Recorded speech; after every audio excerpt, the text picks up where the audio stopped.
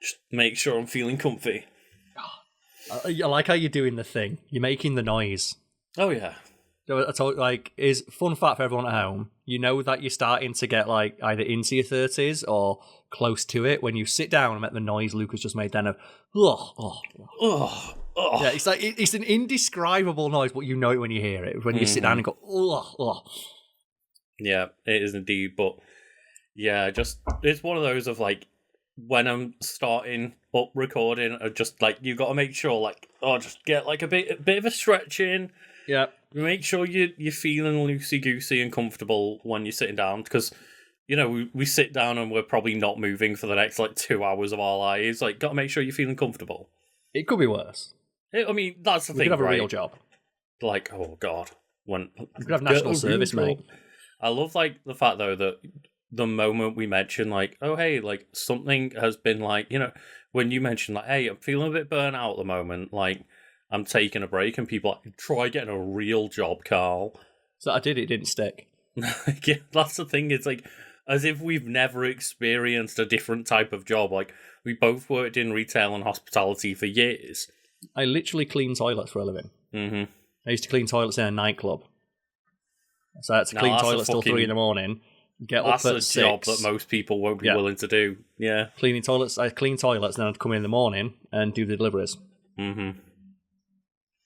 But yeah, it's always funny, okay, yeah, sure, we've got a pretty cushy setup of just sitting at a desk and talking about fun things, but that's not been our entire life, and just because some person's got it harder than you doesn't mean you're not allowed to, just be like, hey, sometimes, I can get a bit stiff when I sit at a chair. It's not like I'm saying it's the end of the fucking world.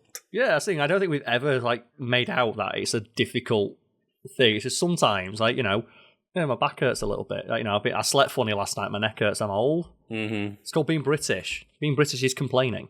Of course, we're not old, Karl, but it just older. You feel old in your 30s compared to your 20s. No doubt, you feel older in your 40s to your 30s. Yeah.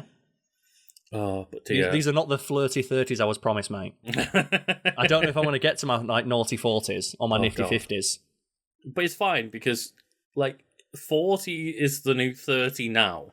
So by the time we get to our 50s, that's going to be the new 30. So it's fine. Yeah, but don't forget though, we have the pandemic. We have the overall drag factor of the pandemic, which aged everyone by 10 years. That's true.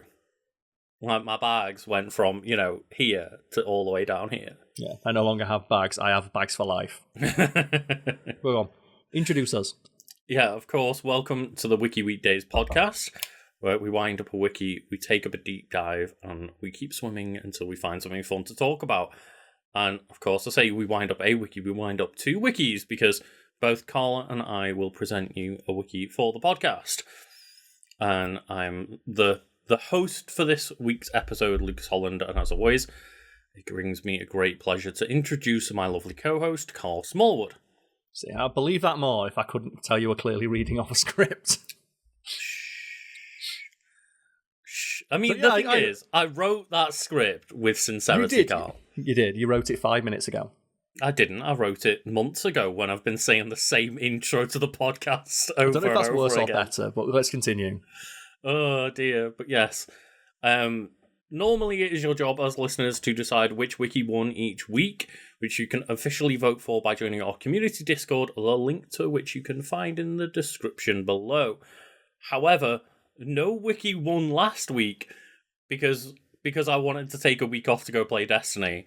Yes, this is the future for us, right? Yeah, we are recording this episode before we then live stream last week's episode tomorrow. So we're all. That was last week for everyone listening. Yeah, so it's at the moment we're a bit out of sync because we still want to live stream 1 week's podcast, but we also want to get ahead so we can take time off. So it's a bit weird. This week's episode was recorded before last week's episode was streamed, so we don't know which wiki won last week. Yes, I think we're just going to knock it on the head for that week.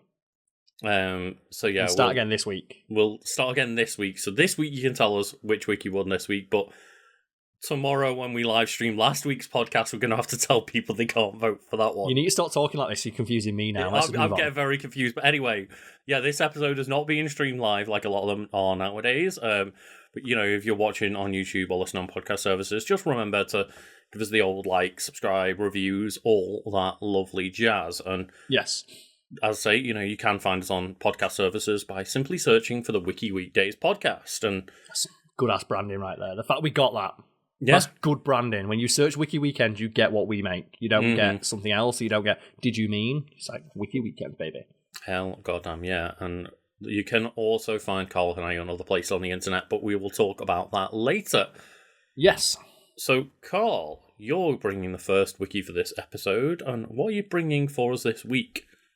Well, I thought we'd just kick it old school in two ways.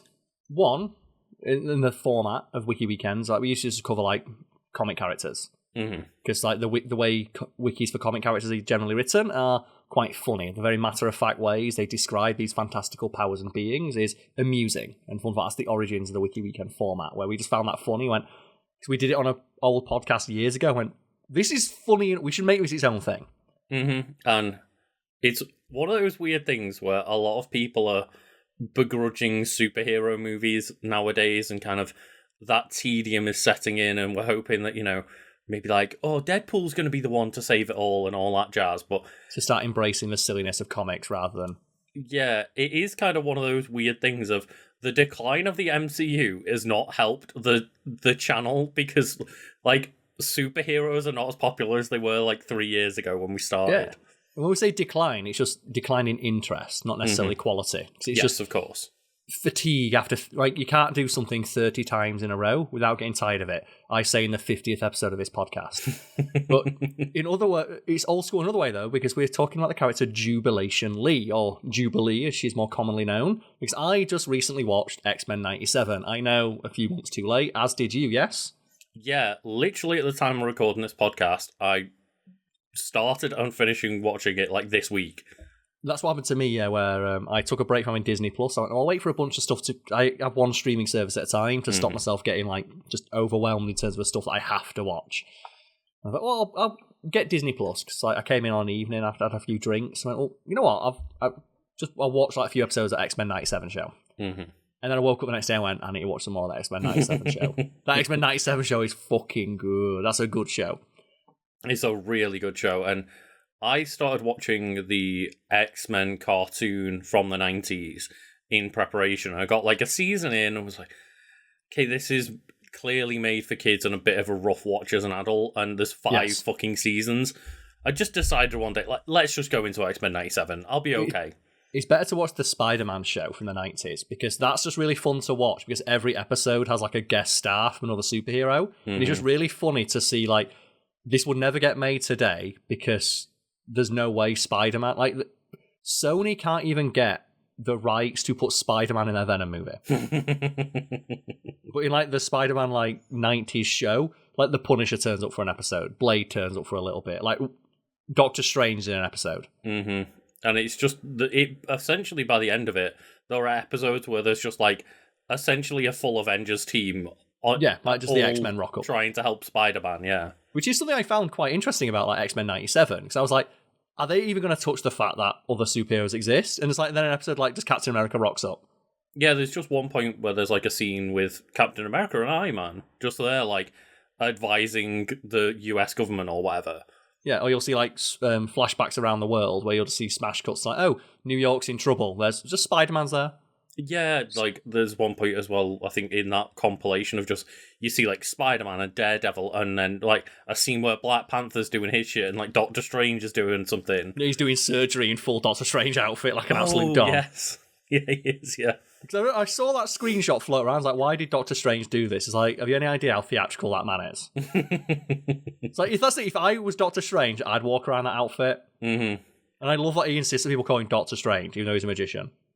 But he is a doctor. You earn that fucking doctorate, yeah. Yeah, exactly.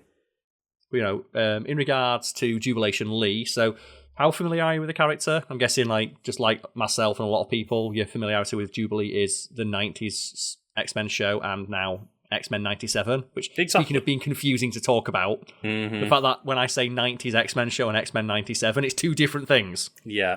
And yeah, that's pretty much my experience with Jubilation Lee. Yes, but we have a quote from her. There's something different in all of us, and nothing. Not a spell, big gloves, nothing can change or take that away. We're all still mutants. Oh, we have here, so name, basic biographical information, name, Jubilee, current alias, Jubilee. Oh, sorry, we try again. Actually, no, we're not doing a video. This is We can't not edit live, this but out. we can't edit. Fuck it. So basic biographical information about Jubilation Lee here. Name, Jubilation Lee, current alias, Jubilee, aliases. You ready for some band names, Lucas? Hell yes. Unfortunately, there isn't any. We've got nicknames are Firecracker and Jubes. Firecracker's all right, yeah. But Firecracker's all right, but it's not a band name. It's I won't not a watch band that name. band. That band sounds like it sucks. Yeah, I do think it's interesting though, because talk about another one of many characters in the Marvel universe where somehow they were named perfectly for what their powers were going to end up being down the line.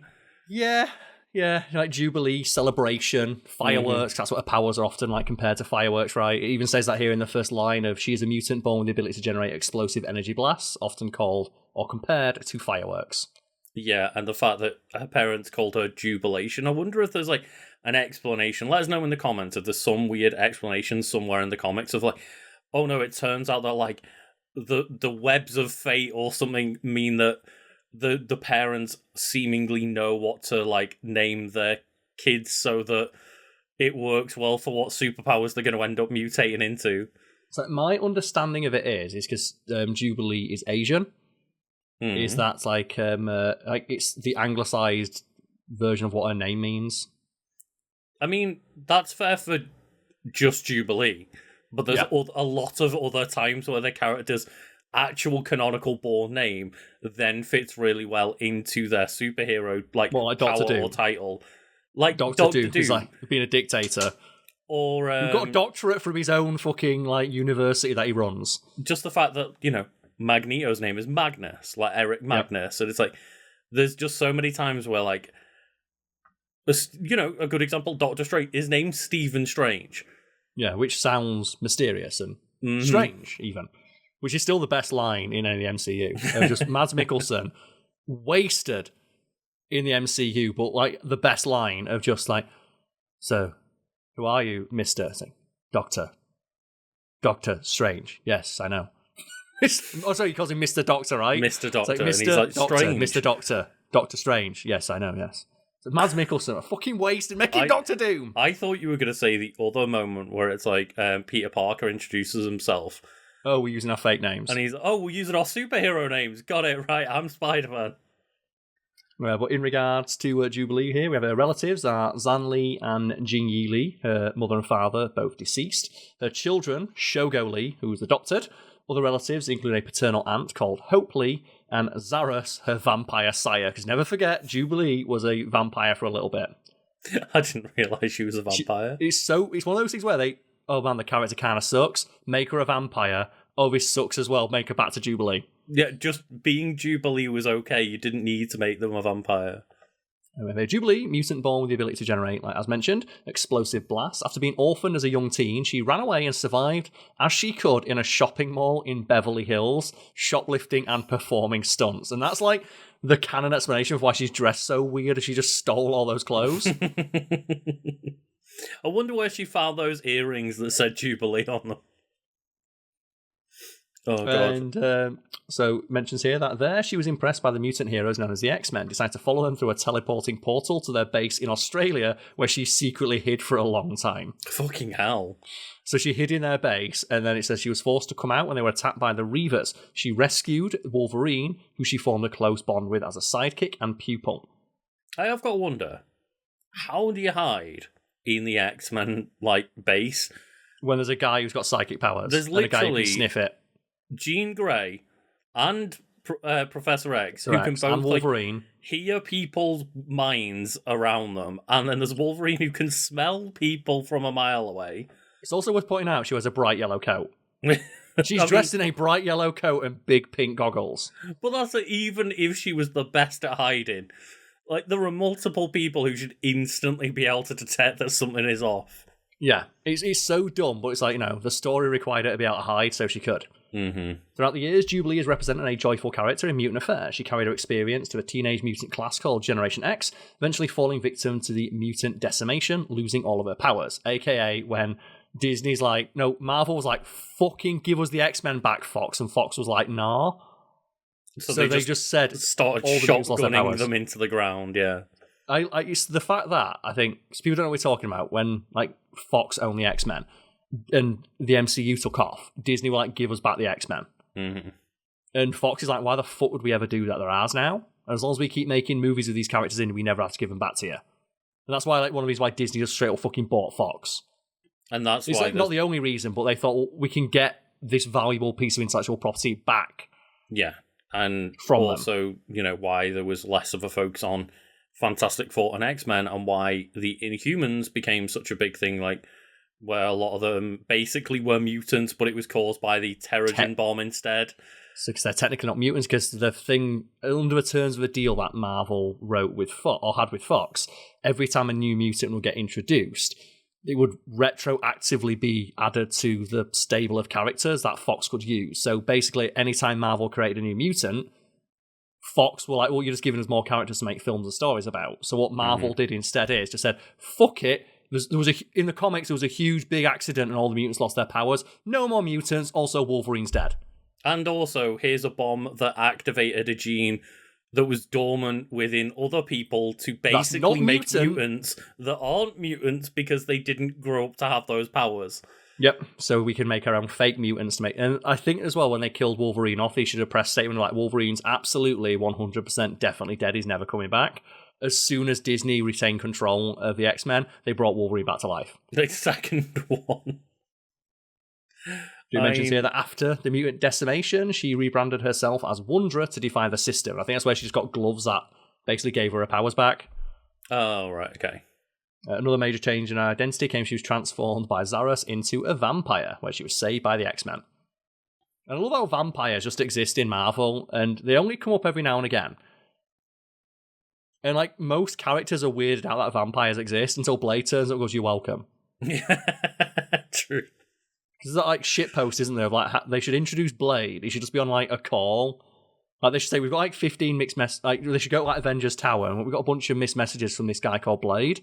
It's for message 1, hey, this is Blade, heard you form a superhero team. There's quite a few vampires. Could do with a hand. Message 2, it's probably didn't get my previous message. The vampires are amassing. Then you gets message 15. It's okay, now Morbius is knocking about and he's firing bat Kamehameha waves all over the city. Can someone please send someone? It reminds me of the scene in The Incredibles where they find the dozen voicemails from the babysitter as she's like, Jack's starting to act a little bit weird, and then by the end of it, it's like, dear God, he's on fire.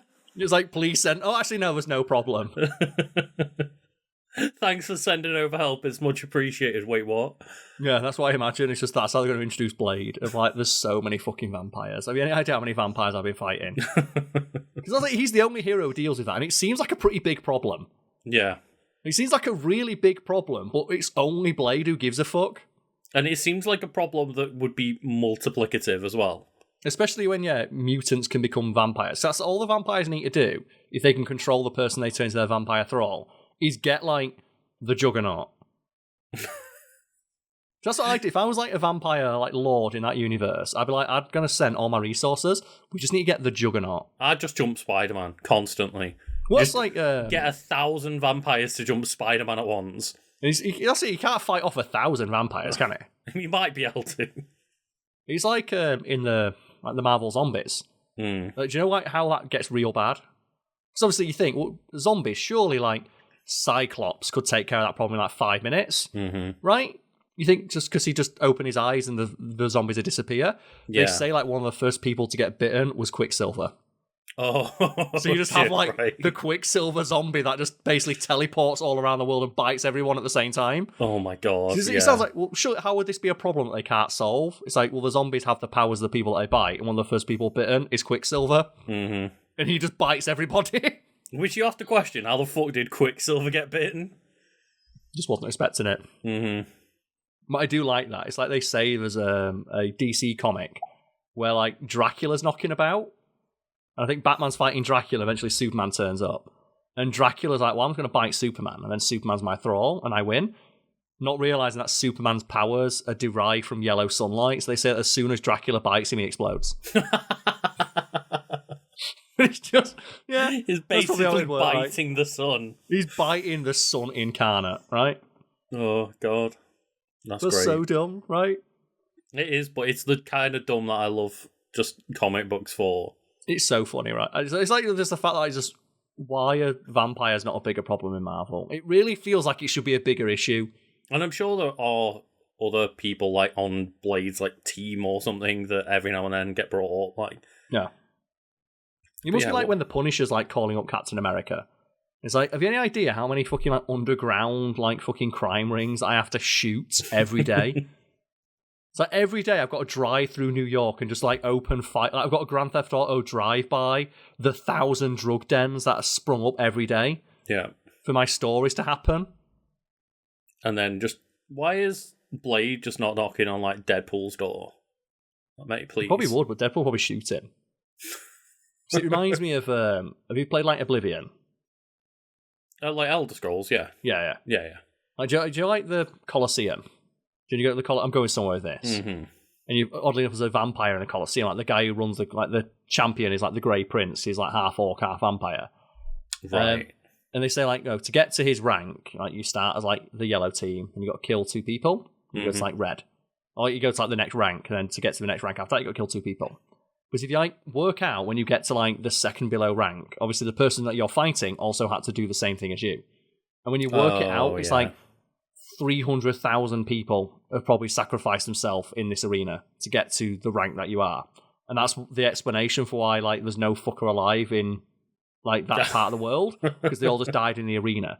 I think it's the same like with the Punisher comics, because in every comic he's always like blowing up a drug den with a hand grenade. Mm-hmm. If you actually count how many comics he's had, how many criminals has he actually killed? Like probably what the population of a small city at this point. But it's the same city that he's in, so how many fucking crime dens are there? And why do they keep building them in fucking Hell's Kitchen? It must be like an Ubisoft game, right? And like every morning the Punisher wakes up and he looks like his crime battle map, and he's like, well, I went out yesterday and I just like put landmines through the doors of like 15 crime bosses. Surely that's all the crime done. And there's like 15 new crime bosses. Mm-hmm. And when you play like that Lord of the Rings game where you kill an orc and you kill it. Oh, it's like, yeah. that orc's dead now. And then like you cut his head off and you brand like his second in command, and that's him. And then he comes back in like 5 minutes later, his head grew back. It must be what it's like for the Punishers. Every morning, it's like, how many like landmines do I have to put under the cars of crime bosses for them to stop becoming crime bosses? God, it's such a shame that Nemesis system was like just they immediately patented it and didn't use it for any other games. I wanted that in every game. I wanted that in The Sims. Like if I steal someone's like wife in The Sims, I wanted to come back in like another like load. If like one of your Sims gets like caught in a fire and dies, or you take the ladder away in the pool and drown them, they just come back stronger, ready to fight you. Yeah, they learn like the thing that killed them, they become immune to. So like they start walking on water. You just get Jesus Sims. We have here powers and abilities of Jubilation Lee, and because she's had like multiple different powers, the power grid is kind of weird. Because the power grid, for anyone familiar, Lucas, is it is a sliding scale from 1 to 7, where 1 is roughly having the ability of a regular human, and 7 is nigh godlike power.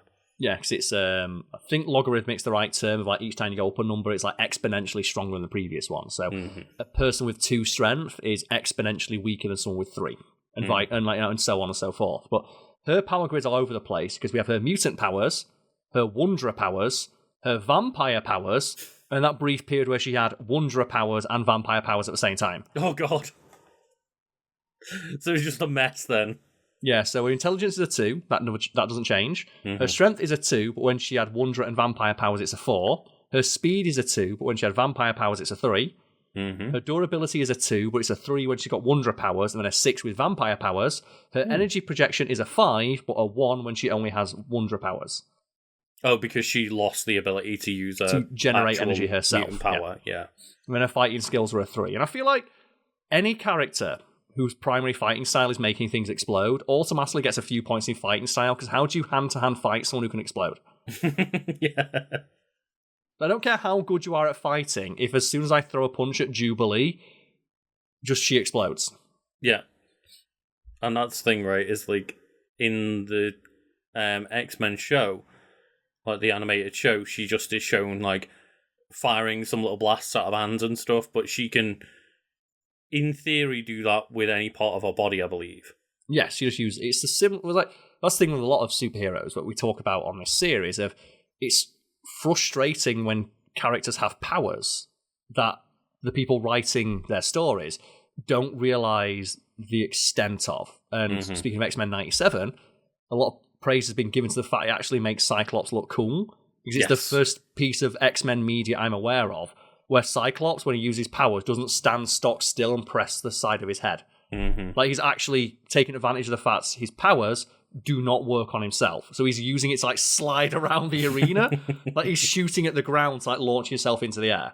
And stuff. And there's also the episode which focuses on Jubilee, where she encounters, like, a virtual version of herself that's much older, and she's like, wait, I can do all this with my powers? And she's making, like, these cool, like, circle explosive scythes and shit. Yeah, she's just making, like, Destructo discs. She's like, wait, I can do that? And it's like, yeah, but, you know, you're young. And it makes sense with Jubilee, because she's young, and she doesn't fully understand the extent of her powers, whereas someone like Cyclops has been fighting in the X-Men for, like, 20 years?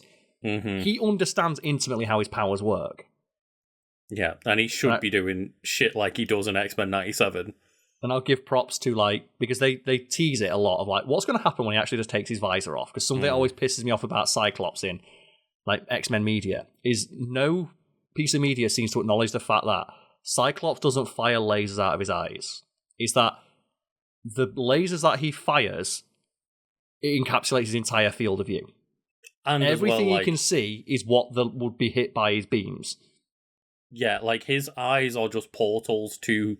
I think it might have been changed. I think comments have mentioned they've changed it back 3 times. Yeah, or is like access to the punch dimension, which is just name given to it's a dimension full of a near infinite amount of kinetic energy.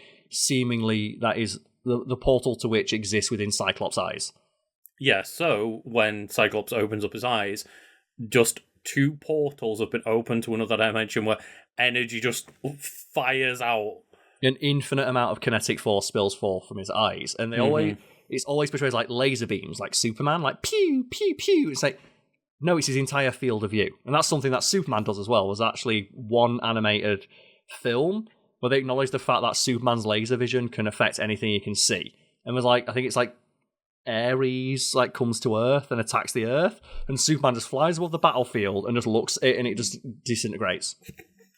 Fucking hell. Because it's just anything he can see. And like they do have that in X-Men '97, where it's like, okay, you need to like fire your laser beams into like the fucking. We're gonna spoil parts of the show.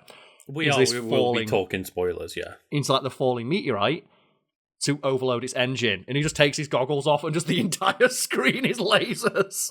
And I love the fact as well, where it's just one cool moment with like a combo power is just when Bishop's like, "Give me it all." And just sits in front of Cyclops, like, waiting.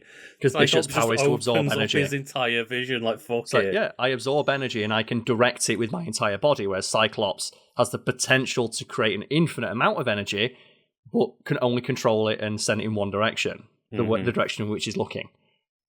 So it's like, okay, well, Cyclops, you've got an infinite amount of energy. I can store that and do whatever I want with it. Just gimme. Let's go. Similar to like in the MCU, isn't it? Where Thor hits Iron Man with his lightning bolt, and it goes, "So you now have 300% power." Yep. And it always annoyed me they never acknowledged that until Endgame or Infinity War. I forget which one it is. Where like where Thor just hits Iron Man to power his costume up against it. Yeah, why do they not take advantage of that? Yeah, the fact that you can overcharge Iron Man's costume to get 300% capacity. But I also find that line very funny because I'm like, I don't know what the technology in Iron Man's suit is, but as far as I'm aware, like when you hit 100% capacity on like batteries and energy and stuff, you've hit capacity. Like I think that's why he immediately has to expel all the like the force with like the uni beam, which is something else that the MCU as much as it's like done some good shit, they've never given us just like, you know, the Unibeam, which is the beam that Iron Man fires from his chest. Not like fully, like they've done it every now and then, but like, they do. yeah. But we've never had like the full on just him just like exploding and firing like the universe-sized beam. We've never had like what he does in like Ultimate Marvel vs. Capcom 3, which is like Iron Avenger, where he just overloads his suit and fires all of his energy in one blast. Mm-hmm. I would also just miss like the Marvel vs. Capcom thing where one of his supers is just get this giant laser cannon on his arm. The protein cannon, yeah. Just 10 times the size of him and just fires it off in one go. Well, it's similar to it, speaking of like combination powers. You have like Thor and Captain America, where that first time like Captain America like stops the shield, he stops the hit, and it causes like the giant explosion. They realized how cool that was very quickly, because every subsequent fight scene, you always have Thor just hitting Captain America. Which why do they just do that constantly? Yeah, like that's one thing where they do a pretty good job in that opening fight of Age of Ultron of like, hey, everyone's working a bit better as a team now. But like the synergy between Captain America and Thor is really strong, and to the point where Captain America knows it, and when he gets Mjolnir, he's just beating, like he's hitting the like the shield at Thanos. Mm-hmm. You like examples out there, like good combination powers from like superhero media, and I can think of like the Teen Titans. Mm-hmm. I like in that where a lot of them take advantage of Beast Boy and his ability to transform, where a lot of the time they'll like mouse Beast Boy and they'll just throw him into the air and he turns like whale Beast Boy. Or when Beast Boy will like fly, you know, someone up into the air or something. Yeah. Like launch Cyclops up into the air. Wait, and I said Cyclops and I meant Cyborg. We're talking about X-Men, I had Cyclops on the mind. Yeah. But I think they do a pretty good job in My Hero Academia of trying a lot of that stuff. Yeah, they do it a lot with characters that you don't think are very good.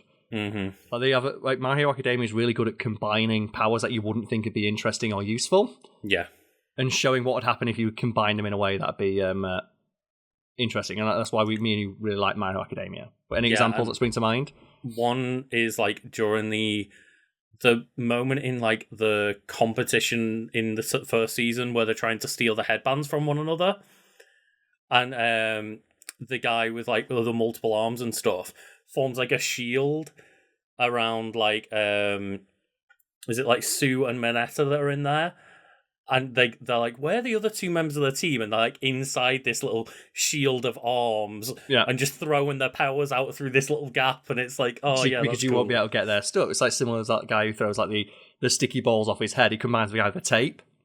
Mm-hmm. A guy creates sellotape. What power? That's not very good power. So what about though if we put like 1,000,000 feet of sellotape covered in these like sticky balls? Yeah, and basically just create like, you know, just the minefield. Or like I think there's a moment where they use Todoroki's ice powers to cool down Ida's jets. Yep, so he can run faster. Yeah, so he can run faster for longer, and it's like, which is really fucking cool. Like or the bit where like they're trying to get Deku out of the air when he's been a knobhead. It's like, stop being a knobhead and listen to us.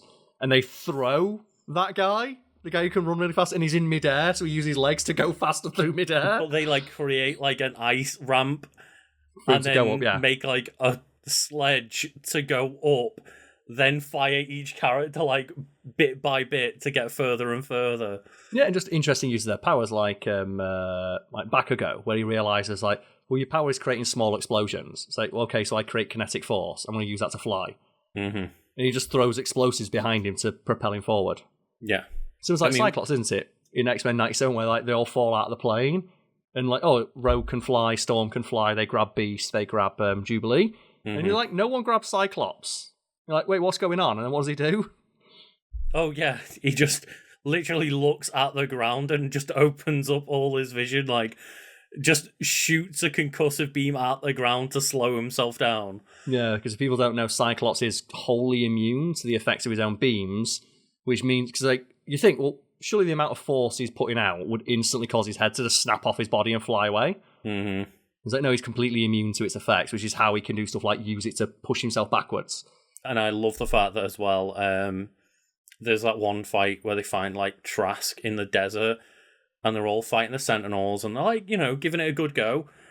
And then he's like, I've got you all trapped. You can never defeat the Sentinels. And it's like, okay, Storm, what's the forecast? And Storm's just been stood in the desert waiting to fuck everyone up. What's the things that I love in that show? They actually acknowledge that Storm is broken as fuck. One lightning bolt is probably enough to kill most things. There's not many things. Like a frog, definitely. When he's struck by lightning. Mm-hmm. Definitely not going to survive. But it's like, yes, the fact that they say, okay, Storm is like besides Magneto, Storm is the heaviest hitter on the team. Mm-hmm. She should be like the cornerstone of our offense every single time because she literally has the ability to turn the tide of battle. So she can literally turn the tides. There's only, I think it might just be Storm and Magneto where when they start activating their real powers, the Sentinels go, oh, Omega level threat detected. They and immediately I think it's just turn around, those two characters like, oh, fuck, we need to prioritize this one.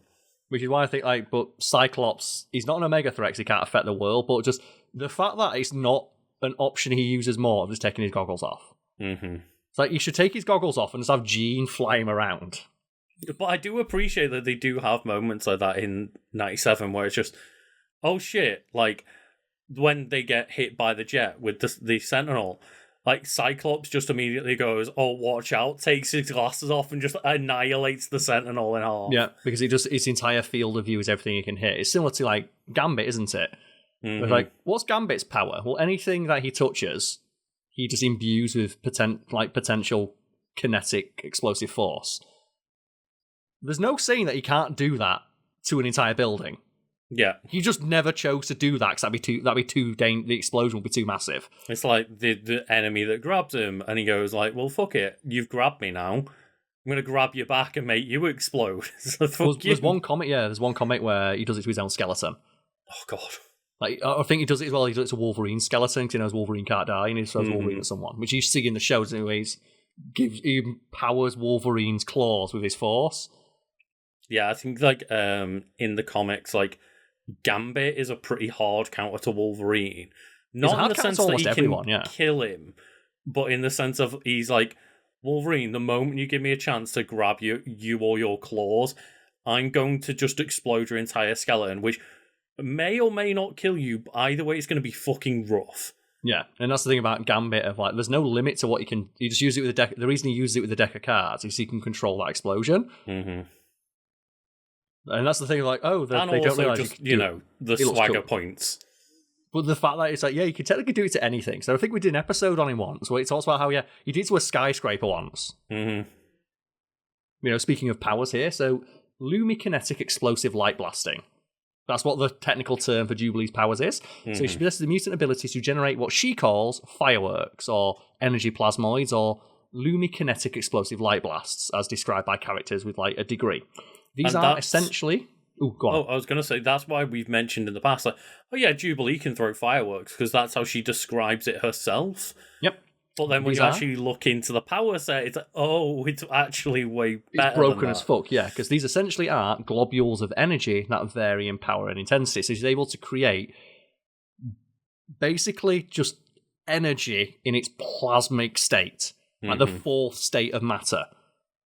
Seems like, you know, when the Gambit of creating pure kinetic potential. Mm-hmm. Because that's what he does. Like, he creates pure kinetic potential. That's why when he throws like a deck of cards, it flies like 1,000 miles an hour. He's imbuing it with potential that it then releases it at will. And he can, if he wants to, make that kinetic potential be in every direction outside of the initial blast zone to create explosions. Or he can put it in a single direction to make something like, you know, fly really fast. So the explosions can result in anything from a multitude of colourful sparkles, capable of temporarily blinding a person, to a powerful detonation capable of smashing tree trunks or similarly sized metal objects. She can also effortlessly and harmlessly absorb the generated firework blast back into her own body. So she can even use it for like faking people out. Like she can make a giant explosion and then reabsorb the explosion with no risk or danger posed to herself. Mm-hmm. And here's the thing of like, according to Emma Frost, who's seemingly just a character who's like, do you not understand how your powers work? Yeah, it seems as though Emma Frost is like just the like person that you go to figure out how to make your powers broken as shit. Yeah, it's like, oh, I create fireworks. Well, Emma Frost's like, no, you're an idiot. You don't. You have the potential to detonate matter. Do you know what matter is? everything. So you have the potential to detonate matter on a subatomic level. Years later, she's able to do so safely while in space on the Collector's ship. The use of the power makes her body translucent except for her skeleton. It completely obliterated the entire vessel and was bright enough to be seen from Earth several light years away. Fucking hell. Jubilee herself was later recovered by magic, the explosion having blasted away all of the hair on her body in addition to her clothes. I mean, that's not the worst thing. Like, you blow off, like, all of the hair and clothes off your body, but you create an explosion bright and big enough to be seen light years away. Yeah, it's like, I just create, like, little, like, explosions, right? It's like, well, you're able to create energy, because that's the thing we talk about. It's like the same with Iceman. But Iceman's like, I freeze things, right? It's like, no, you take energy away from things. You know what energy is? Everything. Everything is energy. It's like with her, like, you're able to imbue things with the energy to the point where they explode. That's everything. Mm-hmm.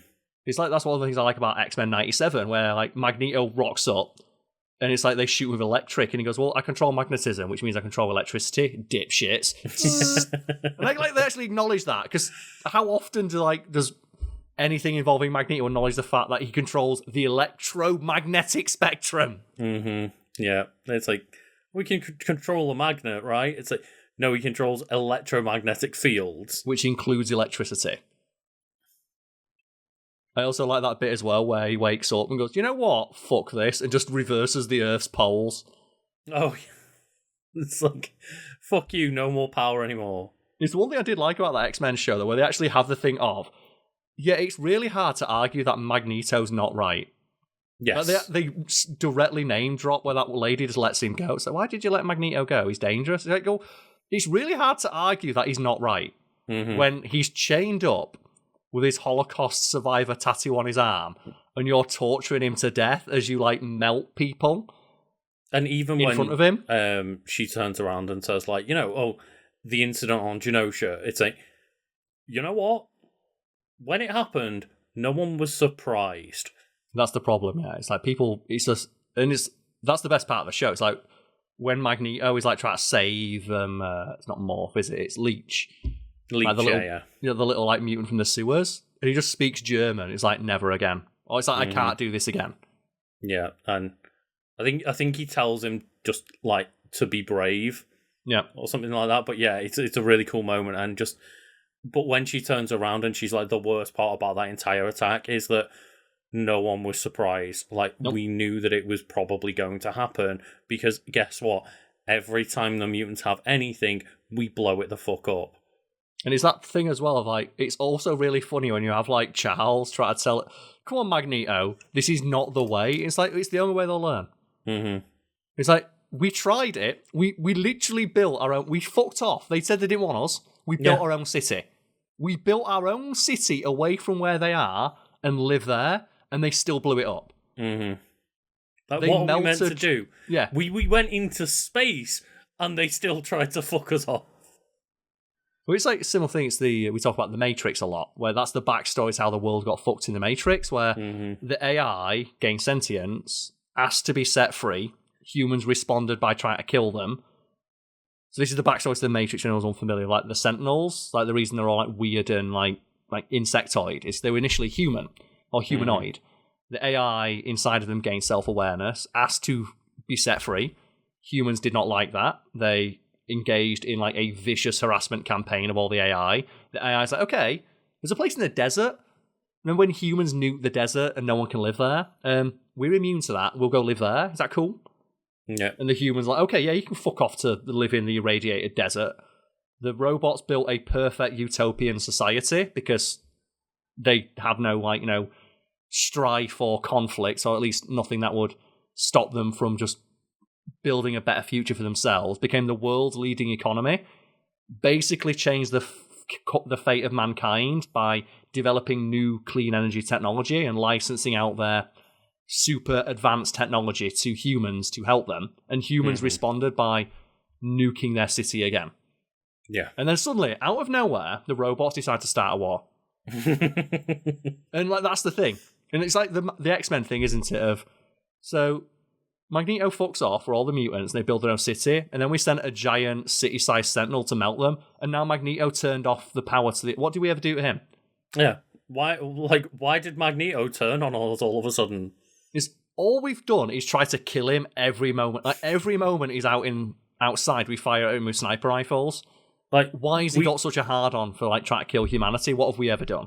We spent 5 seasons worth of the X-Men 90s cartoon hunting down mutants. Then Magneto finally got a chance to, like, you know, have Genosha and let it be thriving, and, you know, it was all good over there.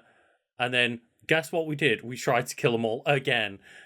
And then even that's the thing. It fucked off, and it's like, I can't believe Magneto would do this. Well, it's something Magneto always talks about, isn't it? It's like the only reason humans think that I'm going too far is because they thought they'd kill me. It's like they were fine to do it right up until there was one mutant they couldn't kill, and then suddenly, then it's a problem, and then I've gone too far. The moment where it is now they're on the back foot, and I have the potential to end them. Suddenly, now we have to engage in diplomacy. Mm-hmm. Diplomacy is suddenly the only option to solve this issue, when I'm the one who's got my foot on their neck. Even though all they were doing is rounding up and killing mutants, which for Magneto sounds awfully familiar.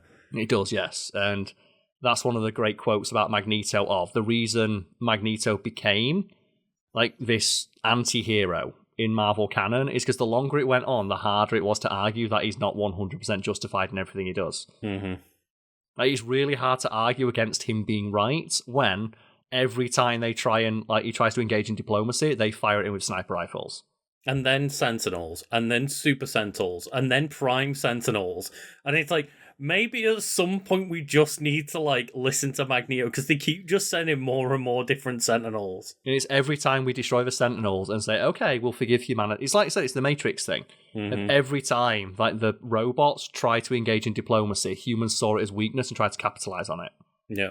And it's what makes Magneto such an understandable villain of, like, you can understand his motivations of every time they think they sense weakness, they, like, drop bombs on us. Well, it's like, even when he's like, right, okay, Charles is gone. He's asked me to, like, take over. I will, like, try my real fucking hardest to do this the Charles way. Yep. And then even when he does, and he gives everyone the most amount of chances, the most benefit of the doubt that's ever been given, they still just bomb him again. And it's like, oh, fuck it. No, we're not doing this. It's like, why don't you just sit there, Magneto, and let us, like, just melt all the mutants? What's your problem? Why have you got such a problem with this? Why don't you just lie back and let us obliterate you from orbit with our laser cannons?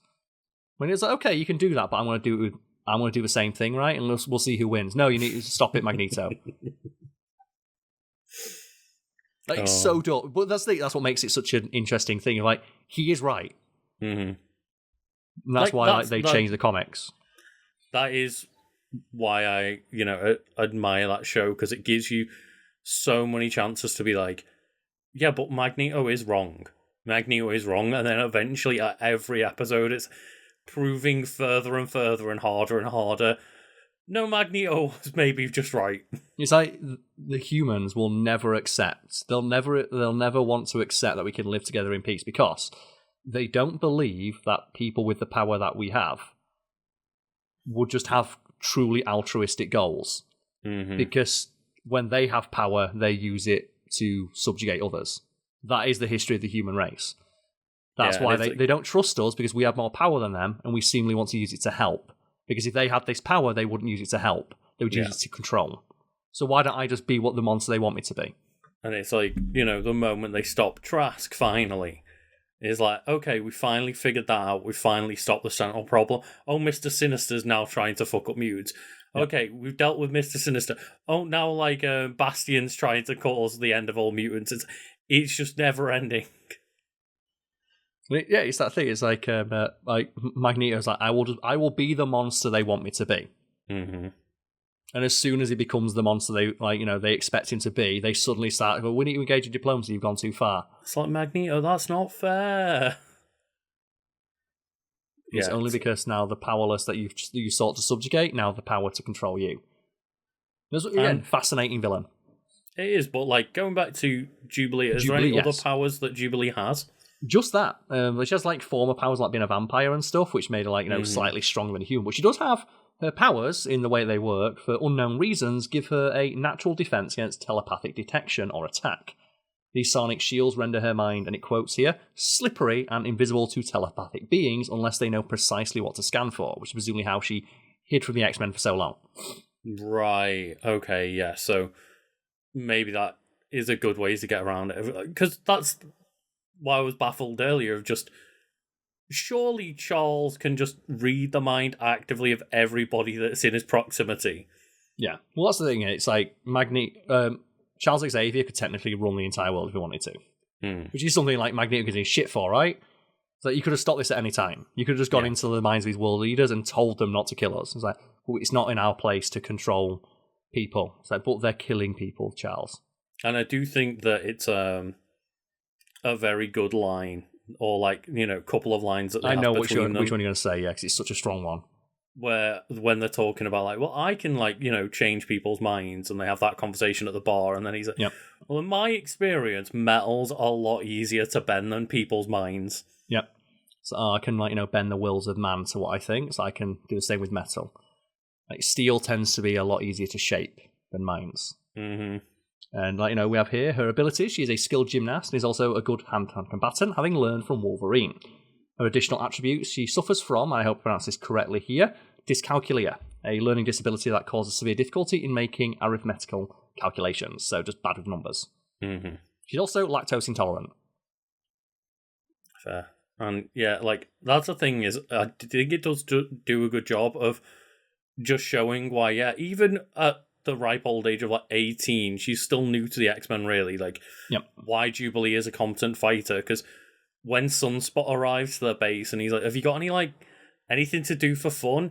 And she's immediately like, oh, cool, I'll put him in the training room with Wolverine. And that's clearly what Jubilee just does for fun every day. Yeah, well, that's the thing. Wouldn't it be fun? It's like one of the few times where, imagine, like, especially in, like, the mutant world, where you get these powers and you're told to hide them at all times, and that when you do use them, don't use them too much because you might cause danger to yourself.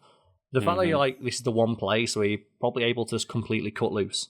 Yes. You actually get to see the full extent of what you are able to do. Mm. A completely safe environment. Apart from the fact Wolverine's there. Yeah, and he will kill you. Then we have here some notes and trivia. Jubilee claims that she can do more handsprings than the Black Widow, because she's a former gymnast. Fair. And then finally, Jubilee hated Christmas as it reminded her of her deceased family. However, this changed after she met Santa Claus and helped him during an adventure with the X-Men. That's just the thing about the X-Men. It's like, oh yeah, she met Santa Claus. I mean, that is certainly one way to start enjoying Christmas again, right? Is actually meet and help Santa. Just meeting Santa. Because I love, like, sometimes there's, like, stupid details like that in regards to, like, Magneto. Joey's helmet. Like, the plans for his helmet, like, at one point in one comic got leaked online. So people 3D print Magneto helmets. Right, okay. Yeah, it's like anti-mutant protesters will sometimes 3D print them so Professor X can't figure out where they are. Oh my god. I would have thought it's more to do with, like, what elements it's built out of or something, but yeah. Magneto can build it himself, can't he? Just makes it with his mind. And that's one of the cool things when people try and put his helmet on and he just goes... Oh god. It always fucking sucks, right? Because there's that one comic where it's like, I think it's a very obvious, like, allusion to, like, lynching and stuff, where it's like, oh, a mutant was beaten and dragged behind a car, and Magneto finds out where they are, and just, like, he turns up, and they all start begging for their life. It's like, it's funny how you beg for your life, now you know that I'm stronger than you. I wonder if you feel like, a fraction of the fear that the mutant you killed the other day would feel. I wonder, like, if your rotted teeth full of fillings, I wonder how it feels, and he just starts ripping their fillings out. Oh, and he makes their blood, like, the iron in their blood, like, fracture all of their veins at the same time. Oh. And again, like, people criticize him for doing that, and it's like, I'm only doing the same thing when I do the same thing as them, I get criticized. And if they just stopped hitting people with their cars, I'd stop flying in and ripping their teeth out. Yeah. Yeah. Maybe it's very understandable. Just stop murdering all the mutants. It'd be really simple. I won't keep shooting meteorites at the Earth if you just stop building Sentinels. Yeah. So that's the whole thing about Magneto. Is like he never starts the fight, and when he is, starts for finishing it. Mm-hmm. It's like on a macro scale, it's that whole thing, isn't it, that people get pissed off about when you're in school and you're getting bullied. If you like fight back against a bully, you get punished for doing so. It's like, oh, you shouldn't have hit them. It's like, they hit me first. It's like, well, you shouldn't have retaliated. Which all it teaches you is of like, well, hit them and make sure they don't do it again, or hit them and don't make sure you do it so no one sees. I mean, to be fair, all credit to my school, there was like video footage of someone trying to bully me, like pushing me into a corner and hitting me, and like I didn't get punished for hitting them back. They were like, fair enough, you defended yourself. I remember there was like my old school I went to, there's a story about one of the teachers where he was like a former boxing instructor for the army. Mm-hmm. And they talk about how like back in like the 70s and 80s when it was a really, really rough school, if like, lads were getting leery, what he'd do is he'd call up the parents and he'd say, because they had a boxing ring in the school. Mm. And if like they were like, threatening anyone, he'd call up the parents and say, your son was like, threatened to hurt a member of staff. Do you mind if we go into the boxing ring so he can like work out some of his frustrations? And he'd just like and he'd let them like, in the stories, like he'd just absolutely just leather 10 ball the shit out of them. But he'd only hit them. He'd only hit them as hard as they hit him. Mm-hmm. And it's that thing of like, yeah, if you don't want to hit me, I won't hit you. But if you like try and swing, I will retaliate. And it's to teach them that don't be a fucking arsehole and hit people, because there's probably someone out there bigger and stronger than you. Probably, yeah. Dear, oh dear. I just remember that one of like hearing that story. And it's like, I don't believe that. And then one time there was some people fighting. I think it was like, like two of the biggest lads in school having a fight. And one of them, he ran in to separate and wanted to swat him. And just on instinct, like he just fucking chinned him. He just chinned him and knocked him the fuck out. And finally, like the parent came in, found out it was that teacher, went, you shouldn't have fucking messed with him then. Because they knew his reputation. Like, you swung at a teacher, he fucking chinned you on. You shouldn't, like, you're lucky he didn't knock you out. I mean, that teacher's also lucky they didn't get fired, but Yeah, it's a very different time, like, 20 years ago. Mm-hmm. Dear, oh dear. We're not endorsing, like, chinning children. But it happened. Dear, oh dear. But yeah, Karl, I think that's like a good point to leave it there, of just like, please stop chinning children. I just don't try and chin Magneto. So I try to chin Magneto, then he fucking like, he threw a meteorite in my house, what did I do? It's like, well, you try to fucking hit him. Oh dear, oh dear. But Karl, I guess that gives us a nice moment to take a quick break. It does indeed, yes. So, Lucas, we've returned from our break now. Before we delve into your wiki, let's just do a little bit of housekeeping. So, I imagine this isn't the only thing you do. I imagine if people wanted to see more Lucas, if they wanted more Lucas in their life, there's other places online where they could indulge in all their like wanton depravity and Lucas fantasies. I don't know where I'm going with this. I don't know where you're going with this. What's the name of your Twitch stream, mate? Before it gets too weird. I'm over on Twitch. You can find the link in the description below. It is Legend of Kanto on Twitch. And, I play just a variety of games, mostly normally focusing around, like, a Nintendo focus. But, Karl and I have been playing through Mass Effect 3 for Mass Effect Mondays.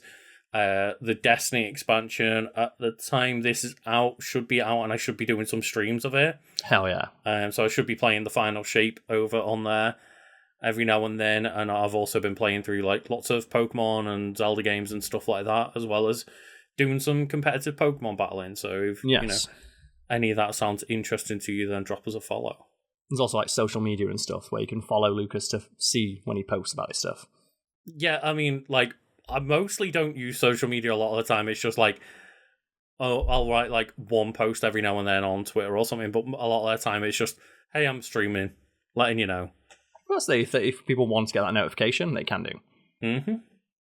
And what about you, Karl? How about yourself? Well, I have twitch.tv/Karlswood. I play the same game pretty much every week. That is Metal Gear Rising Revengeance. Not every week, because sometimes I go out or visit family and friends, but Friday night, twitch.tv/Karlswood, you are more than likely going to find me streaming the boss rush mode of Metal Gear Rising Revengeance. And as I always say during the streams, I'll stop doing it when it stops being fun or it stops being relevant. And as of yet, it hasn't. And, when we say of a night time, we mean UK time, obviously. We're based in the UK. So wherever you are in the world, figure out Do the time math. zones for yourself. Your phone can do it. Your phone can tell us what your timeline is. I was about to say Google it, but the way Google's going right now with all like the automated responses, I'm not sure they'd give you the right answer anymore. I like that one. Have you seen like, I'm feeling really depressed, what should I do? The top response from Google's AI is jump off a bridge. Fucking hell. Have you considered jumping off the Golden Gate Bridge? I saw something about like it's shit posts from Reddit because it's just scraping the internet. Yeah. And it's like all like the top voted shit posts on Reddit because those things get shared and shared and shared and shared. Like the AI just determined that's the best answer, right? Because it's the one that gets shared the most. Yeah, I saw ones where like different things of basically suggesting cooking techniques that would kill you. Yeah, like using like gasoline to cook with and shit like this. Yeah, if the fire's not warm enough, put some gasoline on there. The one that I like the most is the one that I saw of how do I check if my chicken's cooked? And like buried at the bottom, because it was a shit post online that the AI doesn't know is a shit post. It says, if you're having trouble determining if it's hot enough, ask Goku for help. Because obviously then no one noticed. You never know, it might work, Karl. And I do wonder if the one my friend did, where he's still salty about it, so maybe it'll end up as like one of the AI suggestions, where he was on like Yahoo Answers, like during the Wild West. And like he says the funniest thing he ever did, and I steal it and use it as a joke all the time. So thanks for that, mate. Of when someone asked what the plural of fridge was, and he just responded, frodge. And he got banned off Yahoo Answers. I wonder if that would show. I'm going to check right now. Let's have a look. What is the plural of fridge? What is the plural of fridge, Karl? Fridge. Let's find out. Nah, fridges. Damn it. Oh, okay. It's not frodge. That one still cracks me up. Also, I guess the other thing I have to announce is there's no set date yet, but Fact Fiend will return in a limited capacity in the next month or so. Okay. There'll be more details about that as and when I can figure it out. Well, okay. It will return in a limited fashion. But Karl, I thought you said you didn't want to do it anymore. Well, that's why pencil have erasers, baby. Oddly enough, after 6 months of relaxing and taking stock of my life, and also all the stresses that were caused by running a business and having a very chaotic social life at that time, I wouldn't rather get into. Suddenly, I feel a lot less stressed. Yeah. Like, it's one of those of people are allowed to change their mind, and as you say, a lot of just different things were going on in your life, and now you're more relaxed and got more free time. It's also as well, I tried to do that rewatch of a Fact Fiend video, and I went, oh, this would be interesting, but this is less fun than just making new content. It's also, true. It takes longer to do a rewatch than it would be to just make a new video. So, very typical of me, like the solution I came up with is the one that takes the most effort. I mean, the thing is, it's very fitting, as a person who knows Karl, I like, every time I go around to Karl's flat, and Karl's like, you know what, I've made this decision, I've decorated my house exactly how I want it, I'm very happy with it. And I come around the next time and everything's changed, I'm like, because there's a way to do it I got bored, like, come on. Well, that's the thing, I tried taking time off and it didn't stick. Mm-hmm. It didn't stick. Like I tried taking, like, when I was moving place, because that was like the biggest stressor in my life. It was like figuring out how to move, because I was going to, like, I had to basically uproot my entire life, where the place I'd lived for 5 years, in less than a month. Mm-hmm. And while I was doing that, I was like, I got so far ahead on work, I just sat there. I was like, I fucking hate this. This is boring. Yeah, because I mean, like, we try and put a lot of effort into our work, but at the end of the day, we put out like a video each and share a podcast and do a couple of other bits here and there for Wiki Weekends. It's like, it's a part-time job. It's not a full-time job. And the other stuff that I was doing part-time, it's just like, it's still not taking up enough of my time. Mm-hmm. And like, it is, Wiki Weekends, at least, the way that it is in its current capacity is intended to be a part-time job. Yes. And therefore that leaves Karl just like bouncing around the house like, I've got other stuff to do. I'm just like, bouncing off the walls. So it'll be basically if you start seeing Fact Fiend videos going up, that's because I finally closed on the sale of the house that I'm buying, this one right here, which, like, when I was talking to my dad about it, it was like, that's the single biggest stressor in your life you'll probably have, son, besides if you get married. I remember, like, talking to my dad about that, because, like, we've been like looking around and stuff. He's like, yeah, they say that's the biggest stress of your life. Yeah, besides getting married, and is like the other one I've heard. Well, and then he laughed and was like, but having kids is way more stressful, trust me. I was like, yeah, I can imagine. And that's the one for me of like, well, yeah, once I've dealt with this big stressor and my outgoings drop from, like, they go to a fraction of what they were previously when I was having to, rent and like pay for the upkeep of a business and an office and 4 people's wages. It drops to basically like, a fraction of that. Takes a lot of that pressure off and gives me the freedom to actually just do what was the most enjoyable aspect of creating content for Factory, which is just discovering and writing about fun facts. And speaking of like, the 4 people, it's like this is a Karl project, right? Like, yes, we're not really going to be involved. Like, it's just, this is what Karl wants to do. I want to like be able to spend more time behind the scenes, like doing stuff at home and things. Like, I'm not going to get into that stuff because it's, personal, but... Yeah, what was that like, period? I don't... I want to maintain working, like, a part-time job on Wiki Weekends. Because that's what also I discovered. Of pretty much everything for the channel, I can run on my own. Mm-hmm. If I, streamline it. If you manage it in the correct way, yeah. Yeah, well, that's like one of those things because I'm, like, a weirdo when it comes to, like, just... Not perfectionist, but I know the exact way that I want it done. So if I know the exact way that I want it done, it's quicker for me to do it myself than it is to get somebody else to do it. And, it's just one of those as well of, like, the amount that, like, things ballooned in terms of different responsibilities and different extra stuff that we ended up doing with the channel. Yeah, which ended up, like, it's something you don't realise. It's like the boiling frog theory, isn't it? Of if you bring it to the boil slowly, you don't notice like the situation you're in. I know like the frog in that situation was lobotomized, but it's still good like metaphor. It's a good analogy, even if it doesn't work in real life, right? Yeah, it's like you're not aware of like how corrosive the environment that you are in is to like your mental health or something until it, you die. Mm-hmm. In the case of the frog, not me. Yes. So you step out of the water. It's like, how about this time? Just put on a lower heat. But speaking of frogs, Karl, yes, would you like to talk about something that kind of looks a bit like a frog?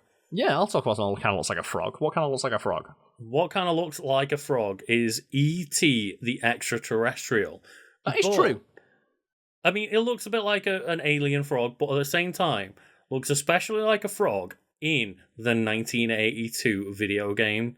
Oh, so we're doing it. It's the break glass in case of emergency. Talk about E.T. the Extraterrestrial, the video game. That's fucking Squirrel Girl, and you know it, Karl. It is Squirrel Girl, actually. Yeah, that is like the number one requested thing we've ever gotten. So if you do have requests, you can go to our Discord through suggestions and requests.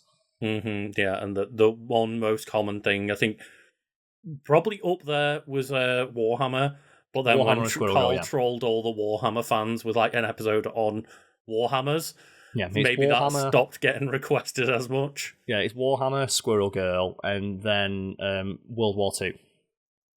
And spoilers, we're not going to fucking talk about World War II because people died. Yeah, look, we generally try to refrain away from fucking tragedies. Yeah. Because we're trying to make a fun podcast.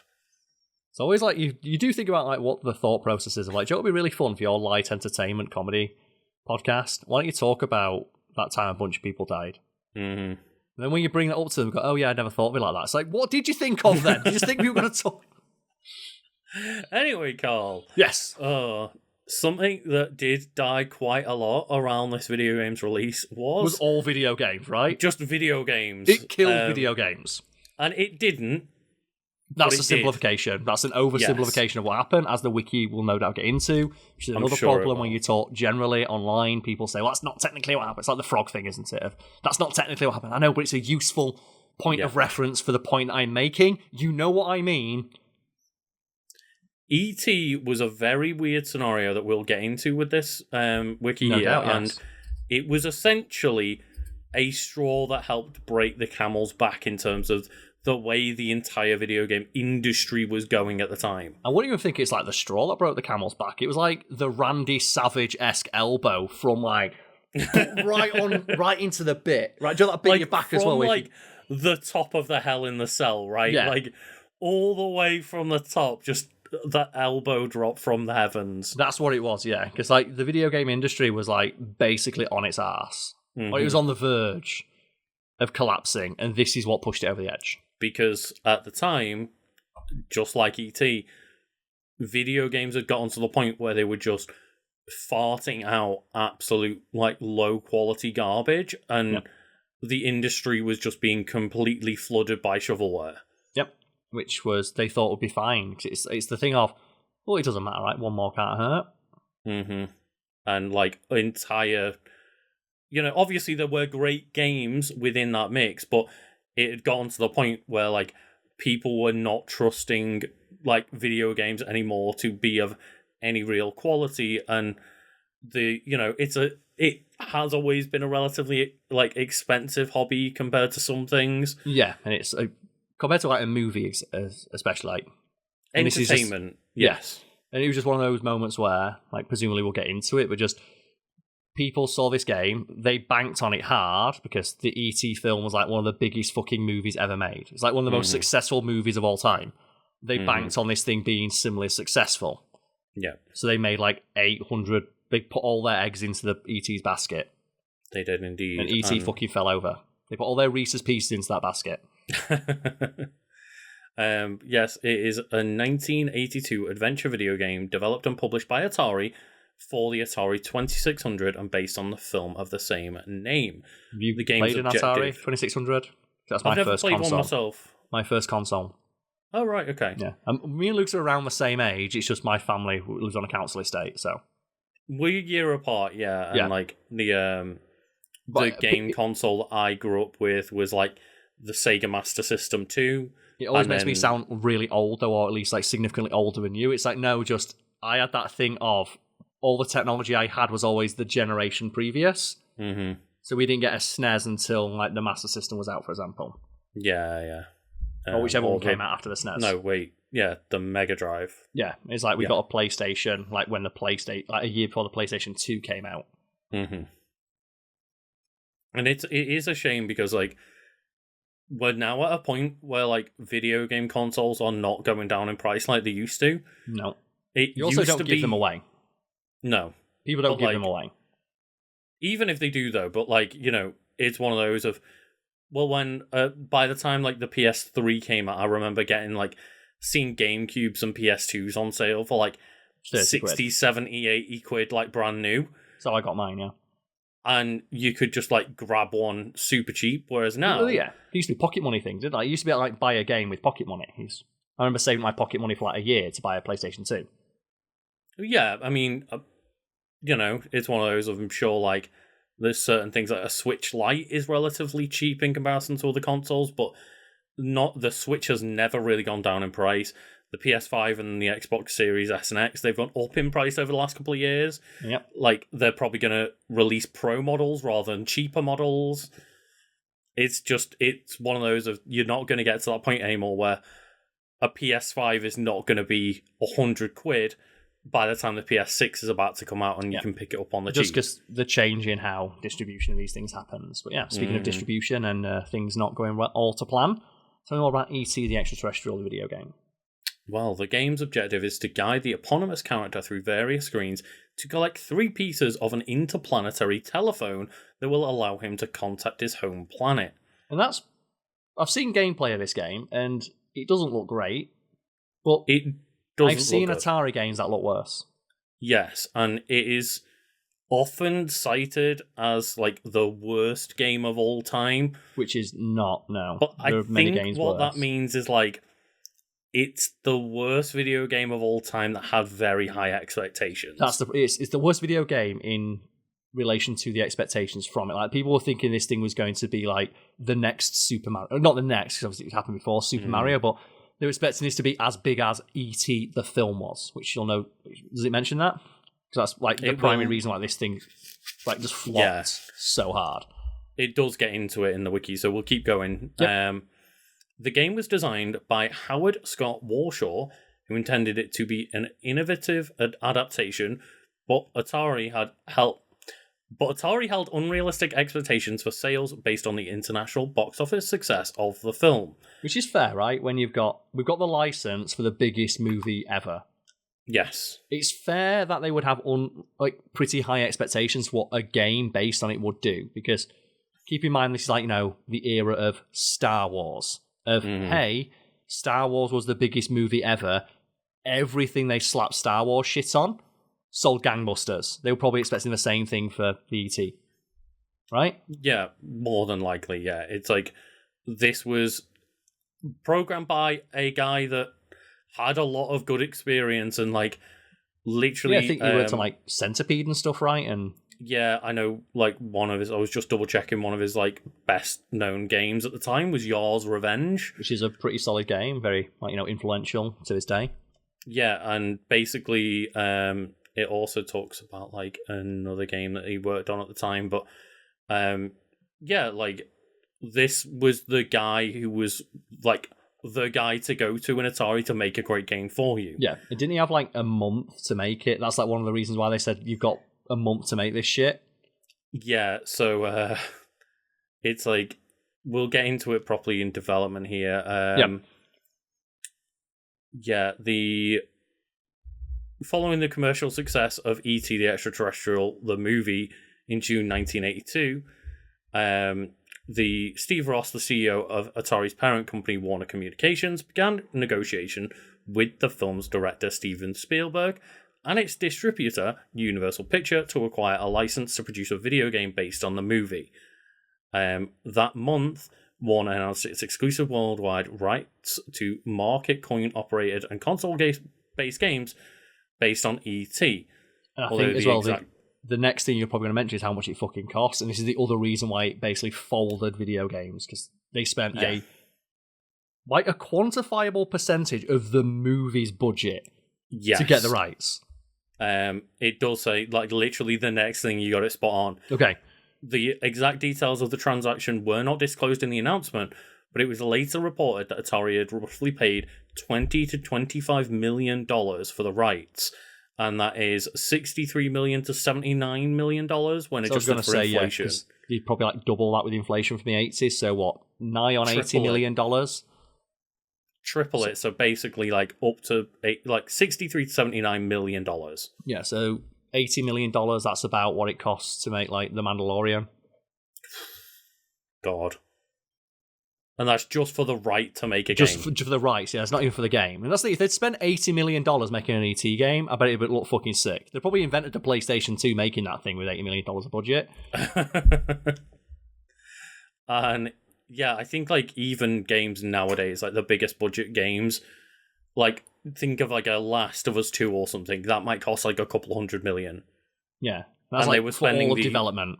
They were spending half of that on just the rights to a game.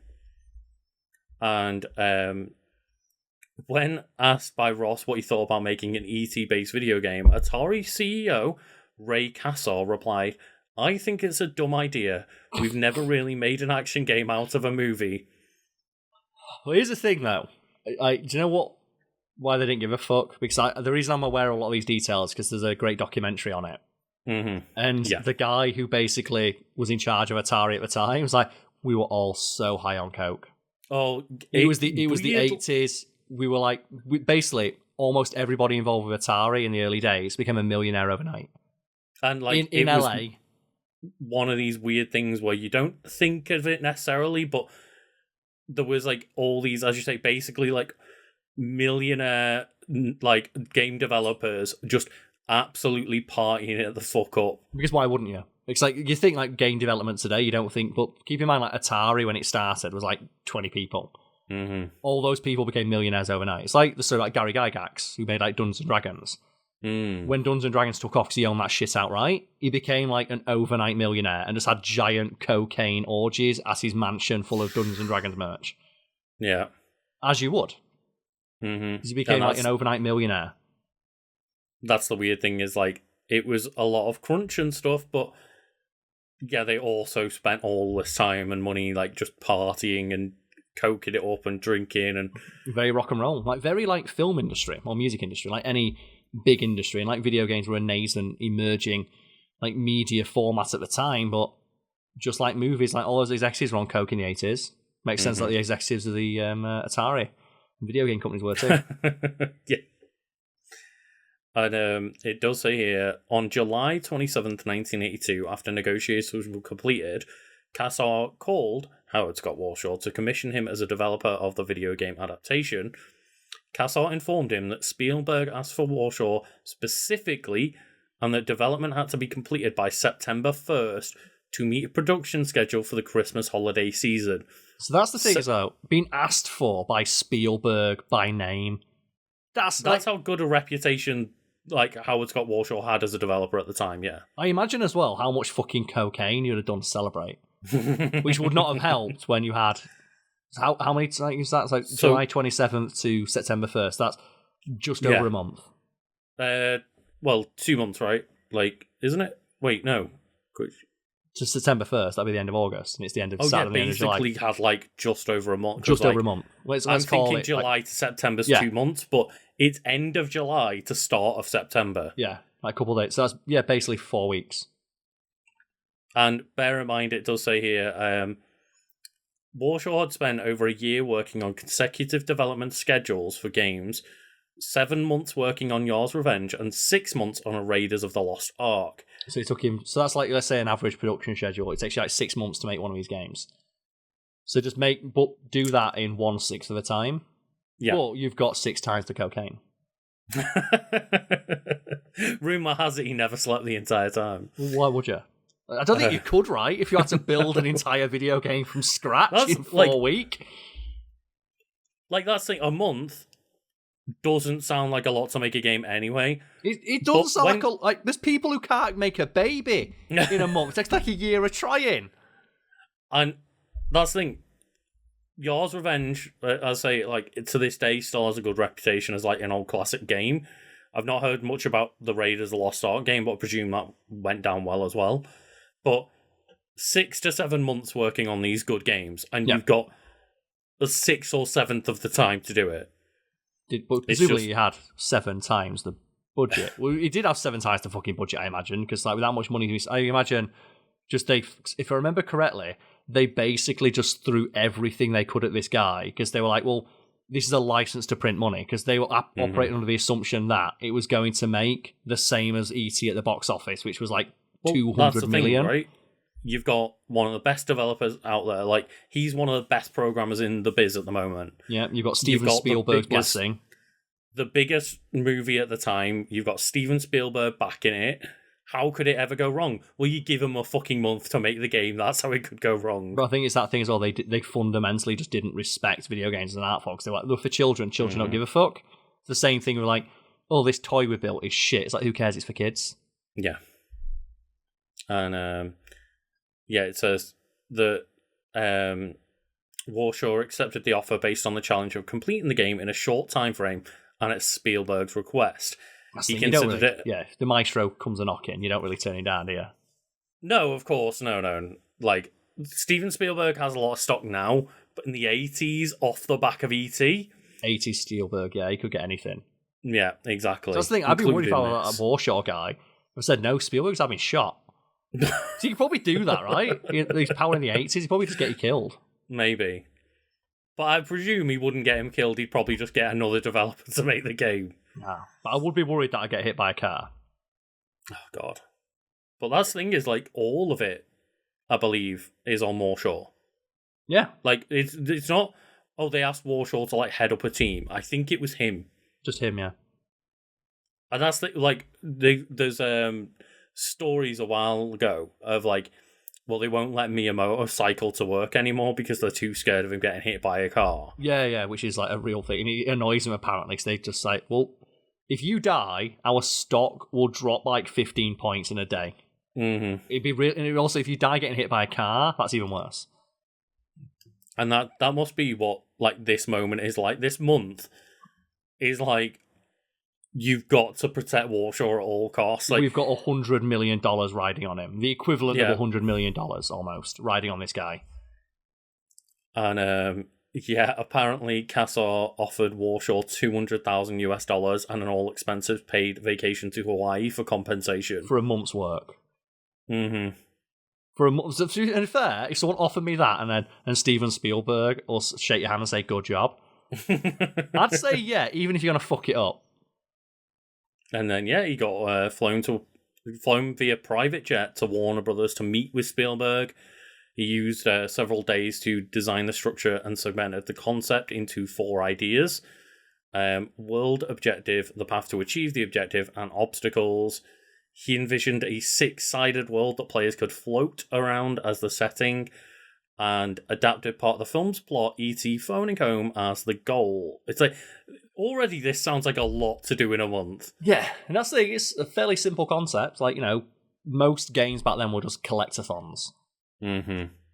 And maybe if he'd have, been a bit more, let's say, artistic in his interpretation of the E.T. format. And like, E.T. wants to go home. Well, he doesn't need to walk around the fucking woods collecting pieces of a phone, can he? Falling down pits and slowly ascending over and over again. Which, if you go look at that guy's, like, gameography, it's like a lot of his games involve jumping over pits. So that's what, that Raise of a Lost Art game that he made, right? Right. So is it like a Pitfall-like? Is that what it is? Yeah, I'll double check. Like, he works on Raise of a Lost Art, which is how Spielberg knew of him. Mm-hmm. It's just like, it's Indiana Jones jumping over pits. Right. So, could he not have a car? Does he have it in the movie? He has a floating bike. We have the floating bicycle. They could put that in. Just have him flying around the bicycle, collecting shit in the air. Who cares? Well, presumably that's what he means about players floating around the setting. Oh, okay. Is that was what he was envisioning at the time. But it's Warshaw and other Atari executives presented this design to Spielberg, who was not enthusiastic. According to Warshaw, Spielberg asked him, "Couldn't you do something more like Pac-Man?" And I'm going to say, I guess Warshaw, he was the guy who was good at making video games. Mm-hmm. But if Steven Spielberg in the 80s says make it like this, you make it like Steven Spielberg in the 80s tells you to do. And also, that's like turning around and just being like, well, can't you just make a Mario nowadays? Like, can't you just make another Breath of Wild? Or can't you just make a Baldur's Gate 3? Isn't that easy? But maybe he was thinking more on the lines. We don't know what Spielberg meant by that. Maybe he didn't just like make a Pac-Man. Right? So maybe a simple gameplay loop. Exactly, something that's just like based around a simple like high score mechanic and make it fun. And it does say here that like believing the concept too derivative of a common game design, Warshaw proceeded with his concept, which he believed would capture the sentimentality he saw in the original film. But Warshaw later stated, in retrospect, Spielberg's idea might have had merit. Maybe Steven Spielberg was more creative than me. So that's the thing, it's like if you get an input from Steven Spielberg, you write that shit down and implement it, because it's like, it's Steven Spielberg. Mm-hmm. It does say Atari graphic designer Jerome Demorat assisted Warshaw with creating graphics for the game. But yeah, that sounds like it was only maybe one or two or three people that made the game by themselves. Okay. And yeah, Atari anticipated enormous sales based on the popularity of the film, as well as the stability of the video game industry at the time. Which it was. So that's the thing. I think when that documentary I mentioned earlier, one thing they talk about is they had this feeling of invincibility, no doubt informed by all the copious amounts of cocaine they were taking, but also just the fact that everything they released, regardless of how it was critically perceived, did very, very well. Mm-hmm. It's like everything we release, like everything we touch turns to gold. Like we make more money every year, so of course the line is going to keep going up, right? Yeah, it says here like the company had fallen into a false sense of security success of its previous releases, particularly the console version of Pac-Man. It's like, it's all about Pac-Man. And here's the thing. If you release the console version of Pac-Man, and you've got backing from Steven Spielberg, and you've got, like, the biggest IP in the world at that moment, you've got very good reason to be overly confident. Yeah, it was, like, a massively sought-after game before it came out. Yeah. And it made perfect sense of, like, make a fun ET game, release it with it on an Atari system. It all, in theory, adds up to something super successful, but the game wasn't great. Yeah, it's like we've got all of these pieces. Like we've got all of these ingredients. How can it not make the greatest meal ever? It's like, well, if you put it in the oven and turn up the temperature to like 400 degrees to cook it in less than 10 minutes, like the best ingredients in the world can't save it if it's burned. Mm-hmm. And if anything, it makes it more frustrating because you just spent a load of money on something that isn't edible. Shit ton of money. And that's the thing is like, yeah, I get that, you know, they released the console version of Pac-Man, but maybe they should have realised that's fucking Pac-Man. Lucas, remember, they were doing a lot of cocaine. There's a lot I of don't drugs think going you're fully on. appreciating just how much cocaine they were taking in the 80s. It's wild, isn't it? Of just, oh, well, why did they make like so many stupid mistakes and like think that this was all going to work out? And it's like they were all high as shit. I think you're also forgetting as well just how much influence individual executives had and still have to this day of whatever dumb shit's in their mind they want to do. That's what we do. Yeah, and as well, you know, when I say high as shit, I think both literally and metaphorically in the sense of like high on their own supply and success. Yeah, like we're the king of the highway. Who's going to stop us? Believe in your own hype. And yeah, it just says that like the reception of the game here, the anticipation for E.T. the video game was high, and Atari was hoping it would be the sought after Christmas gift in early December 1982. Which it was, right? Because that's the thing about this game. It's like, it was very, very highly anticipated, but I think it was like, basically, it released, and then as soon as people got their hands on it, just word of mouth completely killed any momentum. Yeah, so I and remember it was like it was like the number one most bought and returned Christmas gift that year, if I recall correctly. Yeah, there's a lot here about like the fact that a lot of retailers were kind of fucked over by Atari being all like you have to big buy on this themselves and cancelling orders and stuff and like fucking up deals with distributors. So that did mess up a little bit. I think they also made them buy they made them buy thousands and thousands more copies because they were telling them this is going to be the next Pac-Man. Yeah. Well, it did like meet with initial commercial success, as you mentioned. Like, it was among the top 4 on the Billboard's top 15 video game sales list in December 1982 and January 1983. The game sold over 2.6 million copies by the end of 1982. Which is not bad. But that's not as many as they wanted, because they wanted as many people as watched E.T. They did. And, Karl, it didn't start going well when 1983 hit, because at least 669,000 copies were later returned in 1983. Yeah, because I think it was because obviously people bought it for Christmas. And the story that I'm aware of is from that documentary again. I forget the name of it now. I've mentioned it loads of times, I forget. But if you just Google like E.T. Atari documentary, you'll find it. And they talk about how it was, as I said, it was the number one bought present, but it was also the number one present returned the week after Christmas when kids got it and were like, this shit sucks, I want to play something else. And just disappointed parents just bringing it back to the stores. And then Atari's like, well, it's not our problem.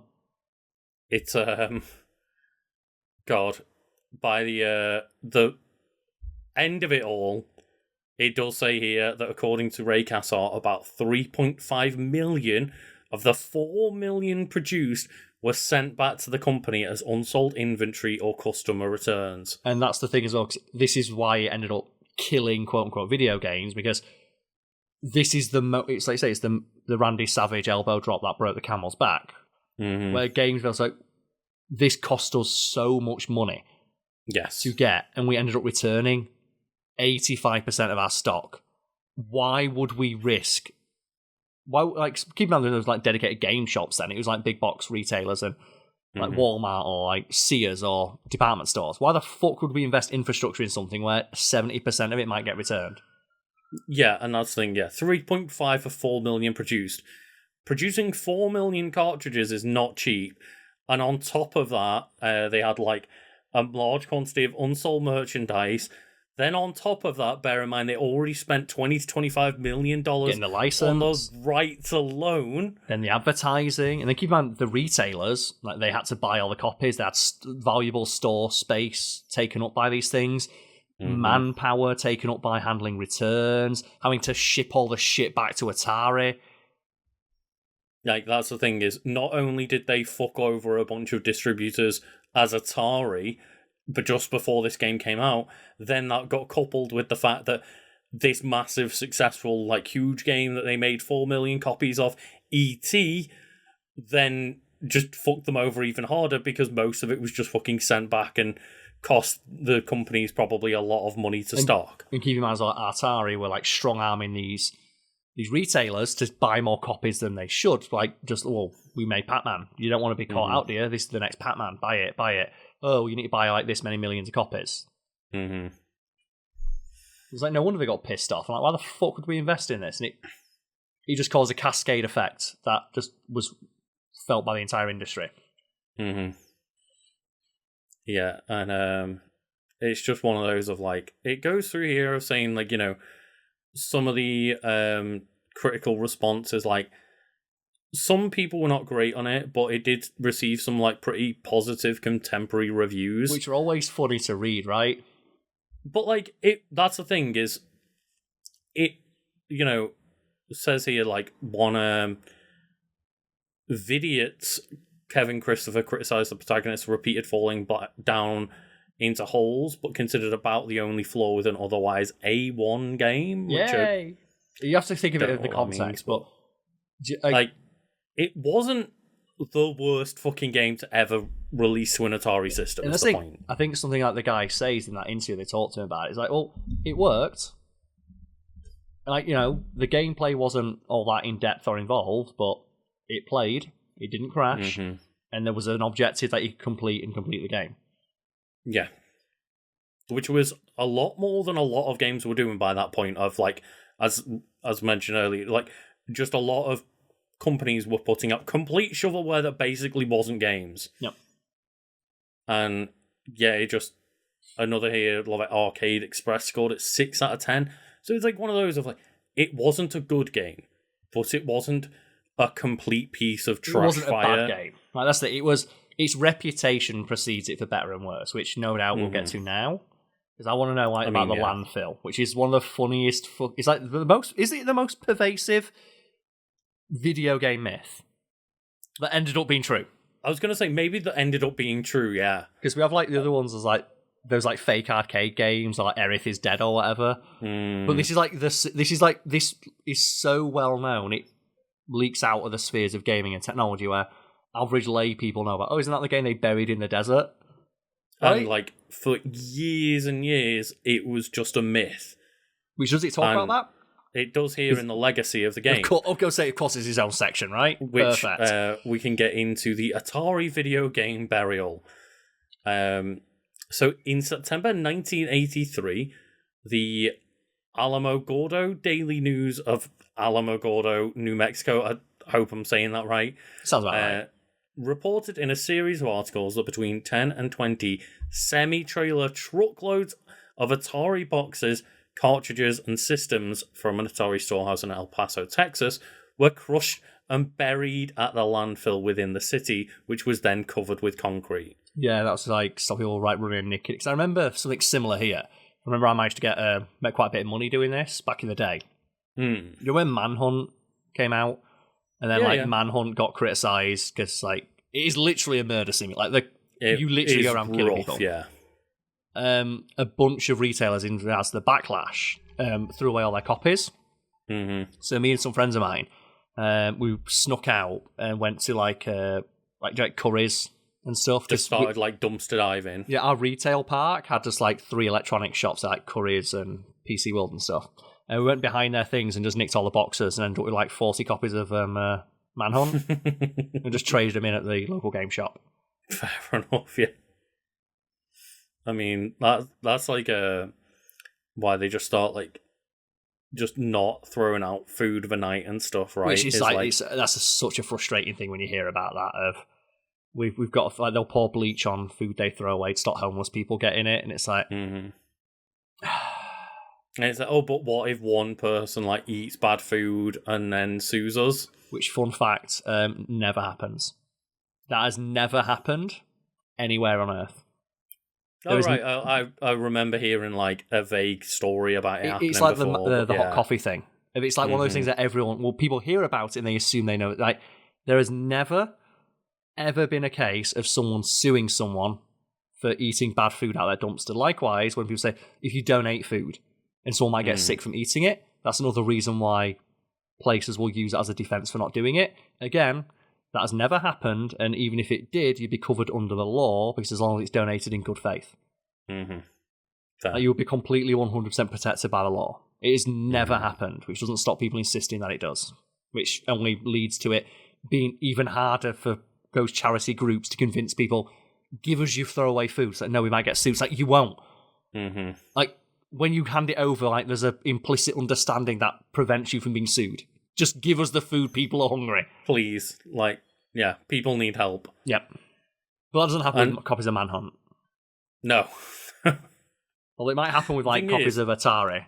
Copies of ET. You could have, like, hoarded those copies of Manhunt in your, like, landfill somewhere and just, like, sold them off years later. I used to get, not money, but we used to get a lot of good stuff doing that. From, like, going to, like, PC World and stuff, like, whenever there was, like, when the PS2 came out, just all the accessories for the PS1 would be thrown away. So you'd go back and get them all. And I remember we used to have fights on the train tracks, because we had a base near the train tracks. This sums up where I used to live. I remember once where, like, we stole a bunch of SCART leads.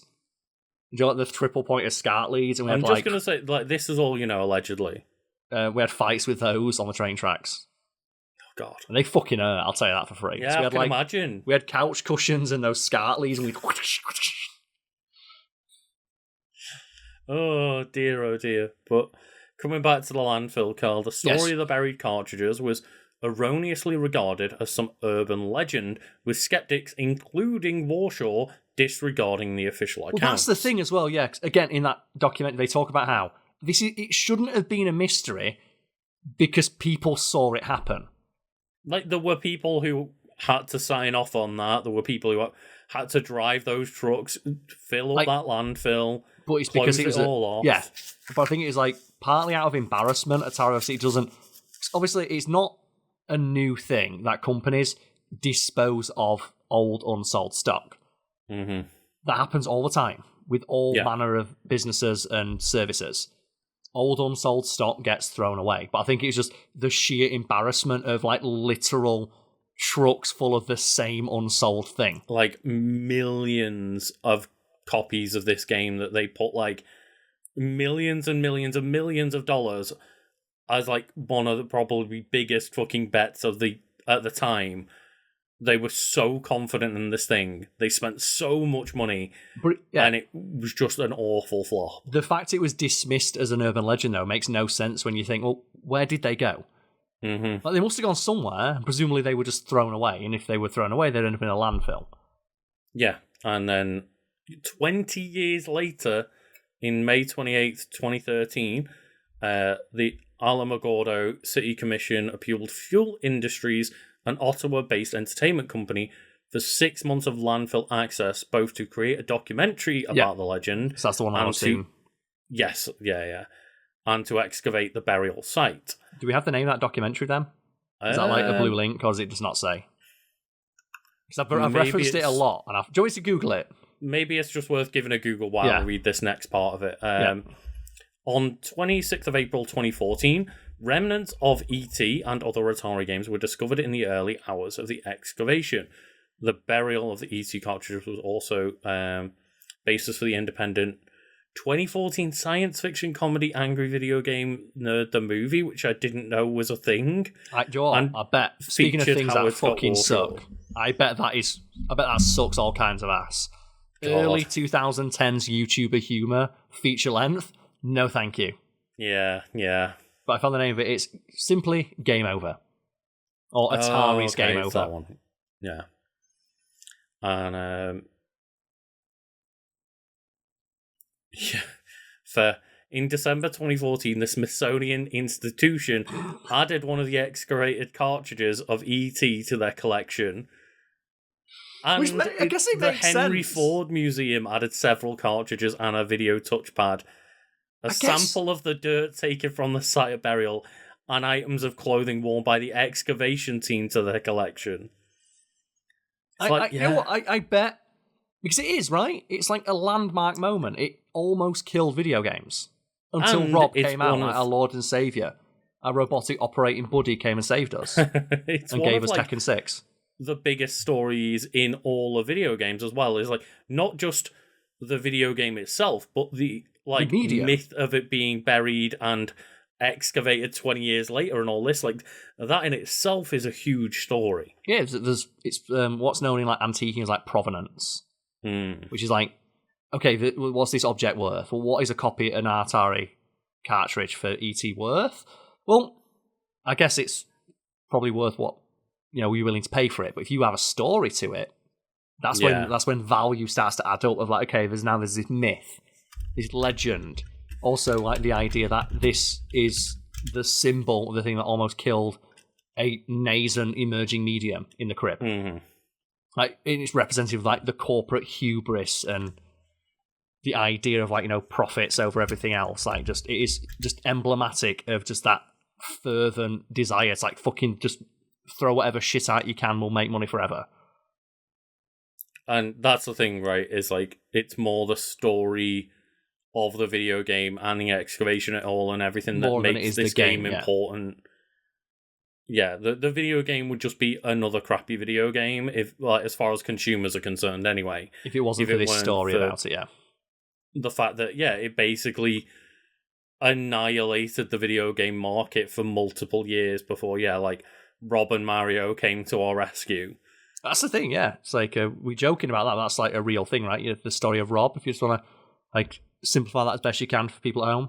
Essentially, Rob the Robot was sold with the product was Rob the Robot that came with a Nintendo Entertainment System to utilize Rob the Robot, right? Because the video game market completely crashed out roughly around the same time as ET released, around like 1983. And then people didn't trust video games anymore. Yeah, like the amount of shovelware and the ET story and everything, like people didn't have faith in buying a video game console. Specifically, retailers. Retailers were like, oh, we've released a new video game console. So not only do we have to carry this new video game console, we're going to have to sell a game. And they just thought that's like the millions of copies of fucking ET they had to return. So Nintendo were very clever and they didn't release a video game console. They released it as They released a toy, Rob the Robot, which is your robotic operated buddy. So it's like they didn't release a video game console, they released a toy that could play video games, and that allowed them to market it differently. And that allowed them to like sneak back in. Yeah, you bought the toy Rob the Robot, and Rob the Robot and you played Gyromite together. Right, it's like it's not the thing. It's not you're buying a video game console. You're buying a toy that will play video games with you, and that basically allowed Nintendo to like effectively just surreptitiously just re-kickstart the market. Yes, and then in combination with that and Super Mario Bros. And then, like, obviously, like, even the dual pack of, like, a Duck Hunt and Super Mario Bros. Collection and all that jazz. There's a lot of contributing factors, obviously, but, yeah, the incredibly smart play to market it. I think it might... I can't remember whether it was only in the West that they marketed it that way, but in certain areas, at least, of the world, they marketed it as a toy that came with video games. Because there was such a stigma around video games. Whereas a toy, well, it's an electronic toy. That sounds cool and fun, right? It'll keep your kids entertained for hours. That sounds futuristic. Like, everybody loves a robot toy. It's an interactive robot toy that will allow you to play games. And yeah, just they should do that again. Decision may have, like, single-handedly decided the future of video games was, like, a potential again. Yep. And it's like I said, it's a story that is often oversimplified. The one of E.T., I should say. And I'm sure, like, we're glossing over a lot of the story of Nintendo bringing video games back because we summarised it in 2 minutes. That's a story for another day. Perhaps one day we'll cover the wiki entry on Rob the Robot. But that's one of the fun things, isn't it? Of like, that's a story I'm guessing a lot of people at home knew, quote unquote. There's probably details that they didn't know, and it's just there's not much there that's new for me because I did watch that documentary years ago, and it's fascinating for me of just how much the hubris.